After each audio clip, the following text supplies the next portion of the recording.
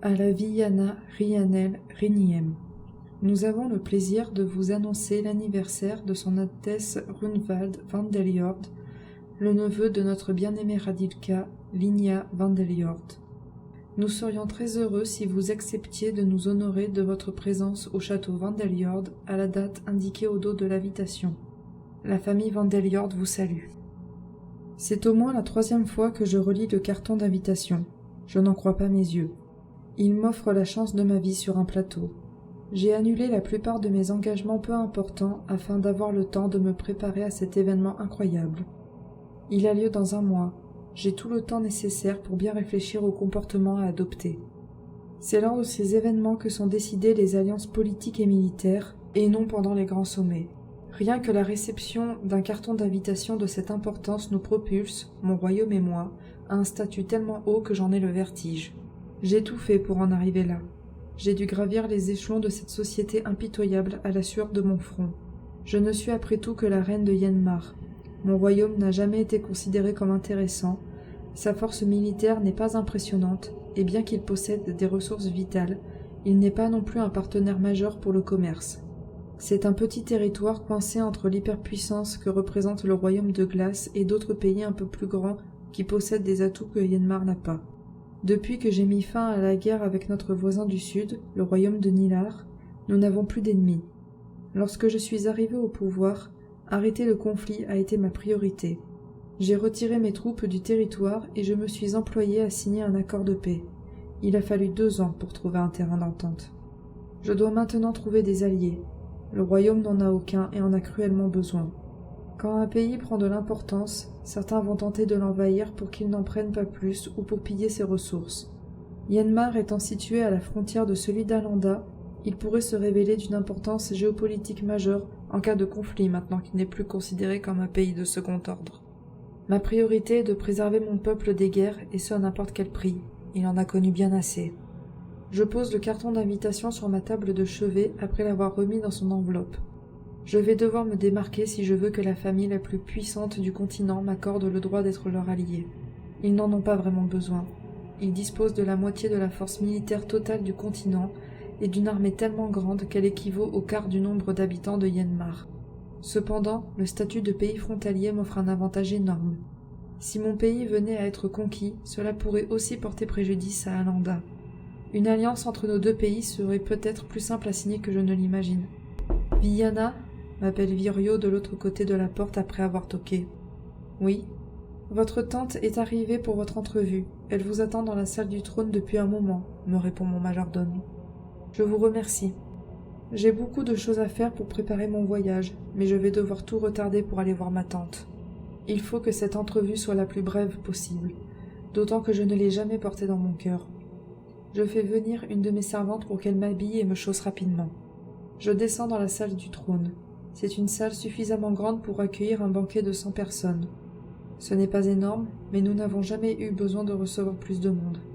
Elle est en pierre brute, avec 2 marches pour accéder au trône. Elle n'est presque pas décorée, à part un lustre en argent. C'est par choix que je la laisse aussi sobre. Je n'aime pas l'opulence, ni les décorations trop chargées. Il y avait des tableaux des membres de ma famille, que j'ai fait retirer lorsque je suis arrivé au pouvoir. J'étais mal à l'aise de les voir me fixer à chaque fois que je pénétrais dans cette salle. Je m'assois sur mon trône. Loin d'être richement décoré comme celui de la plupart des autres souverains, il est en argent avec des accoudoirs fins. Il ne ressemblait pas à cela quand j'étais petite. Il était beaucoup plus imposant, fabriqué avec du rhodium, un métal rare gris foncé et couvert de rubis et de saphirs orange. Comme tout le reste du mobilier, je l'ai fait remplacer quand je suis montée sur le trône. Il est loin d'être confortable, mais c'est volontaire de ma part. Je l'ai fait construire pour être sûre de me souvenir que ma place n'est pas de rester assise toute la journée. Je vois ma tante qui se tient bien droite et me regarde tandis que je prends place. Je ne l'ai jamais appréciée. Je l'ai vue trop de fois trahir ceux qui avaient confiance en elle. Elle est capable de poignarder quelqu'un en le regardant dans les yeux avec le sourire. Elle s'incline devant moi, elle veut paraître respectueuse, mais son air sournois me prouve son hypocrisie. Je décide de jouer au même jeu qu'elle et je lui souris. Elle ne prend même pas la peine de faire de même. J'espère que ce qu'elle a à me dire est important. Si ce n'est pas le cas, je risque de perdre patience. Veuillez excuser mon retard, j'ai été retenue par quelque affaire urgente. Vous mentez aussi mal que feu votre mère. Parlons plutôt de ce qui m'amène à vous rendre visite. J'ai ouï dire que vous aviez reçu une invitation pour l'anniversaire de Sa Majesté Runvald van Deliord. Je la regarde surprise. Comment cette vieille chouette a-t-elle pu le savoir? J'ai tout fait pour que l'information reste secrète afin d'éviter ce genre de scène gênante où elle essaie de revenir dans mes bonnes grâces dans l'espoir de m'accompagner au bal. En y réfléchissant, je ne devrais pas trop m'en étonner. Elle a plus d'espions dans ce château que je ne peux l'imaginer. Et ce, malgré le soin que j'ai pris à renvoyer tous ceux que j'ai découverts jusque-là. Enfin, quand je dis renvoyer, c'est une manière raffinée de dire que je les ai éliminés.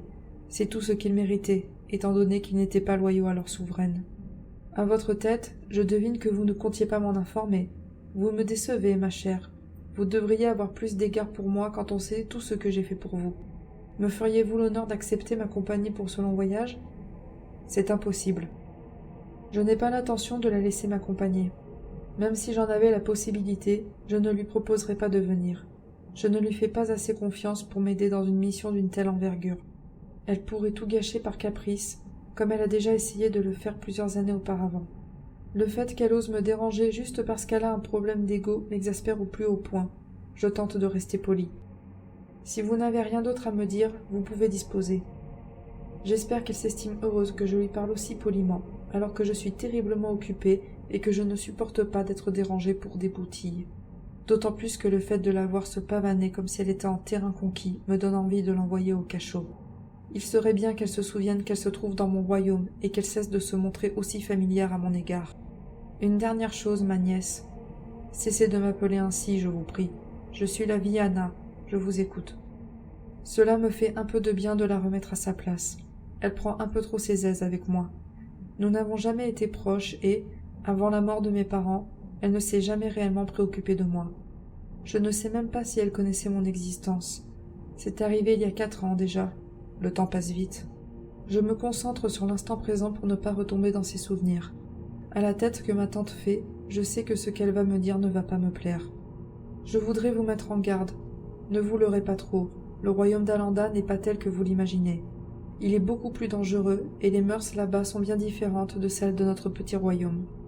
Elle me prend vraiment pour une imbécile. Je commence sérieusement à perdre patience.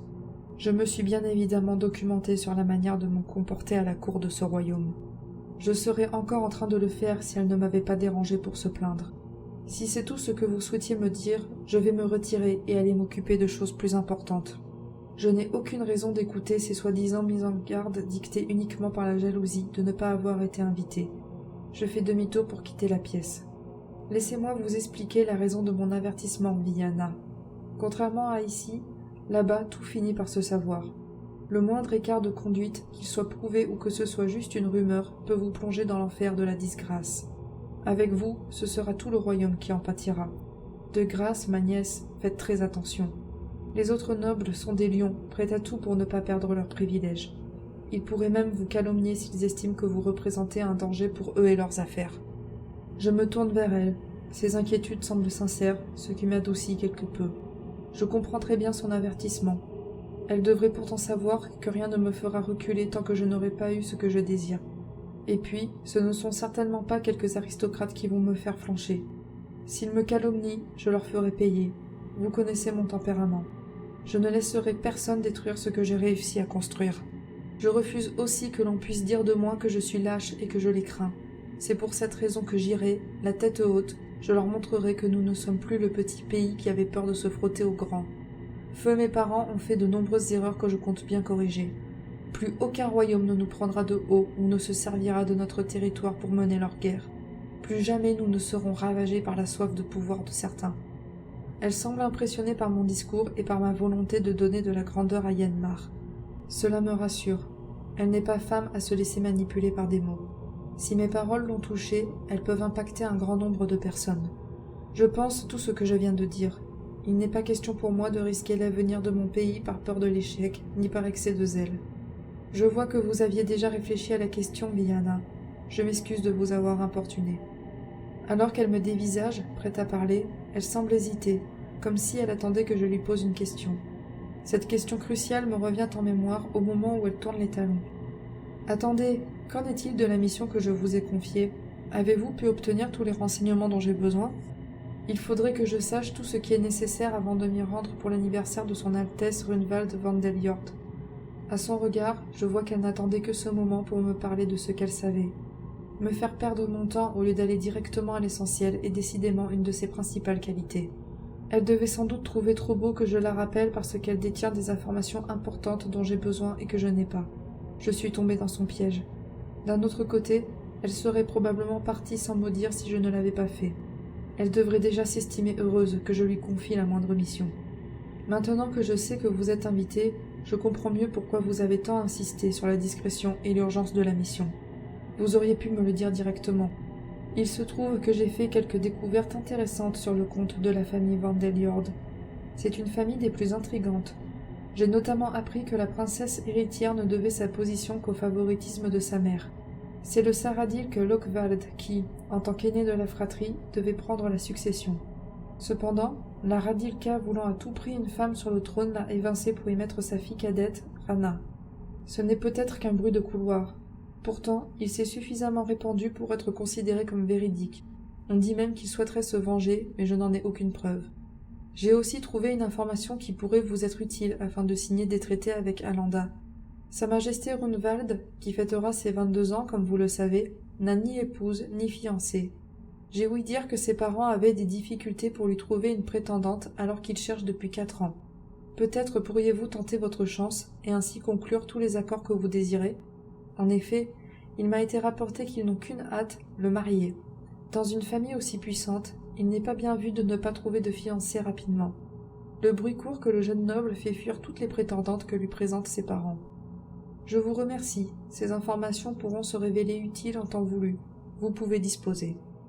Elle me sourit, cela me semble sincère, puis elle s'incline et disparaît prestement. J'ai du mal à savoir ce qu'elle pense. Elle mène à bien toutes les missions que je lui confie sans rechigner, mais d'un autre côté, elle m'espionne. Elle a semé le doute dans mon esprit. Est-elle réellement loyale? Ou n'est-ce que de la peur après ce dont elle a été témoin? Ou alors, peut-être n'est-elle loyale que par intérêt et elle me trahira à la moindre occasion? Je dois avouer que cette hypothèse est celle qui me paraît la plus probable. Je regagne mes appartements, plongé dans diverses réflexions. Elle n'a pas tort. Je ne suis probablement pas assez préparé à rencontrer des personnes réputées aussi dangereuses. Je ne peux plus reculer. J'ai tout annulé pour y aller, et j'ai bien l'intention de ne pas me laisser impressionner par quelques aristocrates.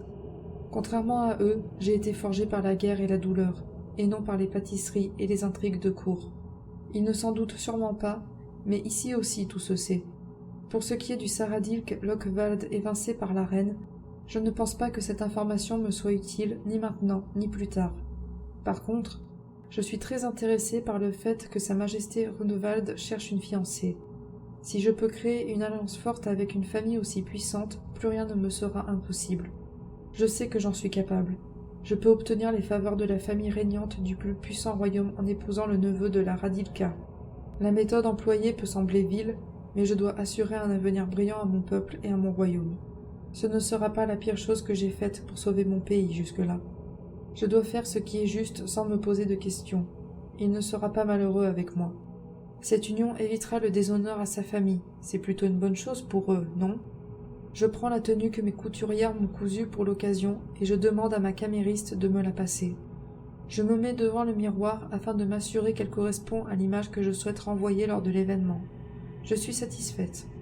Mes longs cheveux bruns tombent en cascade sur mon dos et la couleur de la robe fait bien ressortir le vert de mes yeux. Elle met en valeur ce qu'il faut sans trop en dévoiler non plus. Je sais qu'une belle apparence est nécessaire si je veux faire bonne impression pour parvenir à mes fins. Je préférerais miser sur mon intelligence. Malheureusement, ça ne fonctionne pas de cette manière à la cour d'Alanda. Je ne dis pas que seul le physique compte, mais comme on dit, la première impression est déterminante, surtout pour un futur mariage. Mon intelligence me servira tout de même de bien des façons et, malheureusement pour lui, son Altesse Runvald la prendra à ses dépens. Ma beauté sera mon atout principal pour amadouer ses parents.